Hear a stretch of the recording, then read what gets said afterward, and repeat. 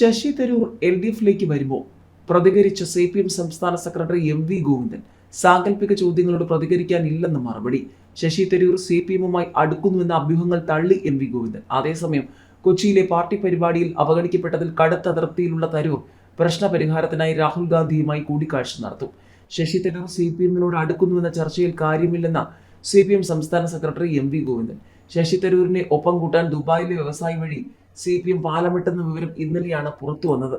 എന്നാൽ തരൂർ ഇത് നിഷേധിച്ചു. CPM സംസ്ഥാന സെക്രട്ടറി MV ഗോവിന്ദൻ ഇതേക്കുറിച്ചുള്ളത് സാങ്കല്പിക ചോദ്യമെന്നാണ് പ്രതികരിക്കുന്നത്.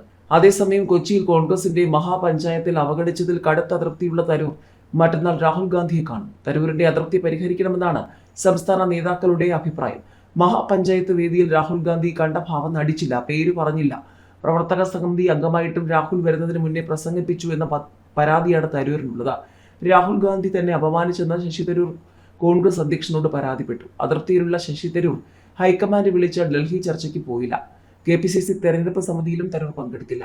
ദുബായിൽ നിന്നും തരൂർ ദില്ലിയിലെത്തും. തരൂർ രാഹുലിനെ കാണുന്നതോടെ എല്ലാ പ്രശ്നവും തീരുമെന്നാണ് സംസ്ഥാനത്തെ നേതാക്കൾ പ്രതീക്ഷിക്കുന്നത്. ശശി തരൂർ CPMിലേക്ക് പോകുന്നുവെന്ന വാർത്തകൾ മാധ്യമ സൃഷ്ടി മാത്രമാണെന്ന് അടൂർ പ്രകാശ് പറഞ്ഞു. തരൂർ AICC വർക്കിംഗ് പ്രസിഡന്റായി പാർട്ടിയിൽ സജീവമാണെന്ന് ചൂണ്ടിക്കാട്ടിയ അടൂർ പ്രകാശ് ശശി തരൂർ CPMിലേക്ക് പോകില്ലെന്നും കൂട്ടിച്ചേർത്തു.